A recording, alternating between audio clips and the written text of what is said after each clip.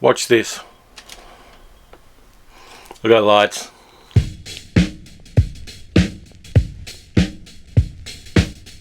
So, as Vaughn Monroe famously said, the weather outside is frightful.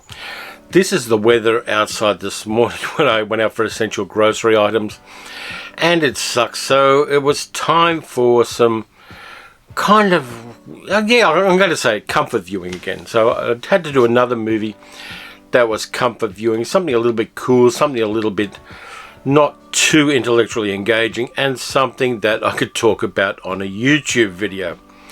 And as the title card will tell you, I went for a 1992 Joel Silver produced action film starring Bruce Willis, Damon Wayans and Halle Berry, and written by the inestimably good Shane Black.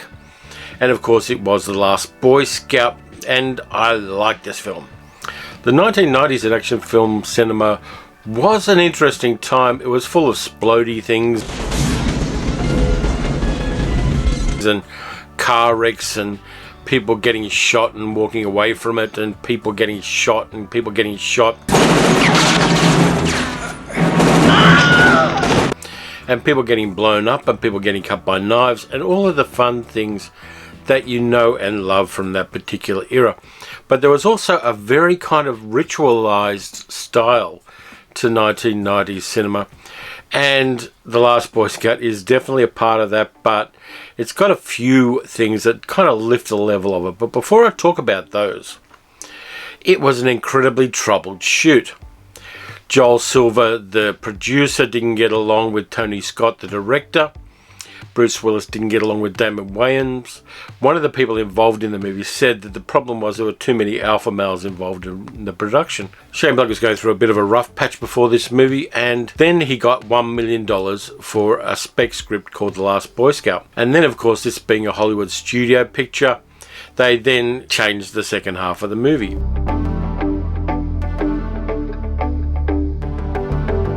But as is the case in a lot of movies, in spite of the fact that there's a lot of crap going on in the background that the audience never sees, they did manage to make an incredibly watchable and incredibly fun action flick. The first time I saw it, right at the start, I didn't really like it because I thought, oh yeah, there's a lot of sport in this movie, because it starts out in an American football game with the LA Stallions versus, I think, Philadelphia or one of those kind of teams. There's a lot of kind of rah-rah American flag waving crap at the start of it. But then it gets really interesting and we meet a character called Billy Cole, played by Billy Blanks, the guy that does all those Tybo exercise videos. He's self-medicating and he's also in the pocket of big gambling. And then there's an incredibly great scene. Now, I'm not going to spoil it for you. If you haven't seen this movie, which is 28 years old now, that first scene really nails it. It's unexpected, it's terrific, it's shot incredibly well and edited really crisply, and it has a wonderful escalation of the suspense. We then meet a down-and-out private eye, Joe Hallenbeck, played by Bruce Willis, and he is not in a good place in his life. I think I fucked a squirrel to death and I don't even remember it.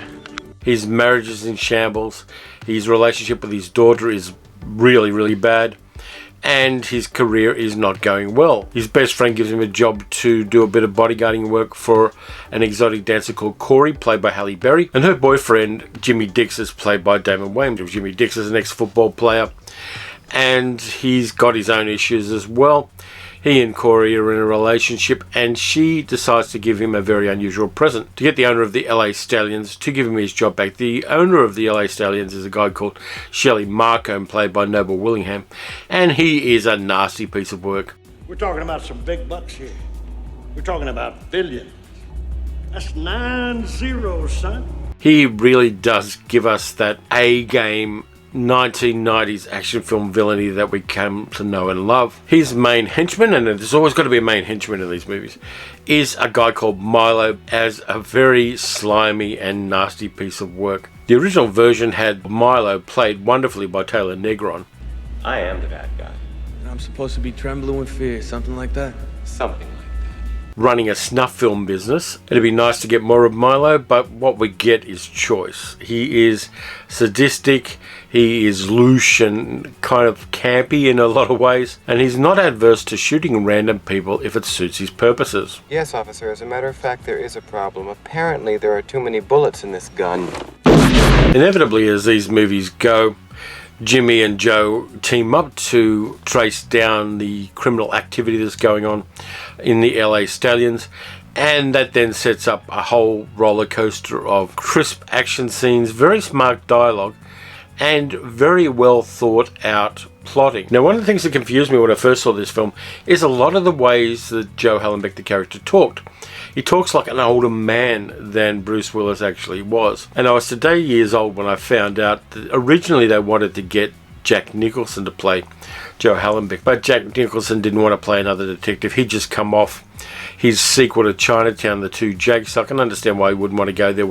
Why there's a whole bunch of references to Joe's taste in music. He likes The Four Freshmen and Pat Boone, and he doesn't like rap music at all. So there's a lot of references there that date the character as being maybe 10 or 15 years older than Bruce Willis was at the time. We then get Joe's daughter Darian, played by Danielle Harris, who is one of the precocious daughters that we get in Shane Black movies. We get the same thing happening in his recent film, The Nice Guys. We get the smart-ass daughter character who gets imperiled but holds her own when things get really tough. We get Chelsea Field doing a kind of underwritten but nice job of playing Joe's wife, Sarah. She does get a couple of good emotional beats in the film, but she's a character I would have liked to have seen more of in this, even though 1990s action cinema tended to be an enormous sausage party. I think that giving her a little more agency and a little more to do would have worked well to help the movie. And in fact, she did have more to do in the original script, which was much darker and much more serious than the movie that we eventually received. And the funny thing is that the movie actually works. The chemistry between Damon Wayans and Bruce Willis, in spite of the fact they didn't get on together, really works. That Shane Black dialogue is very, very sharp and funny, and it works not just as a smart-ass one-liner, but as a way of giving us who the characters are. And that's kind of a hard thing to write. You can write a funny line, but it's got to be a funny line in the context of the character that you've established. And Shane Black does this very well with those characters. There are some really unexpected bits of violence in the film, which is I kind of like seeing in films.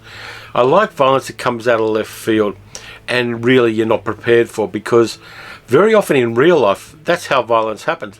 It's not something that has a build-up, it's something that just suddenly explodes in your immediate vicinity. And it gives the movie just that little bit of verisimilitude to have violence that is unexpected, but makes sense in the context of the film. And there are a couple of scenes like that.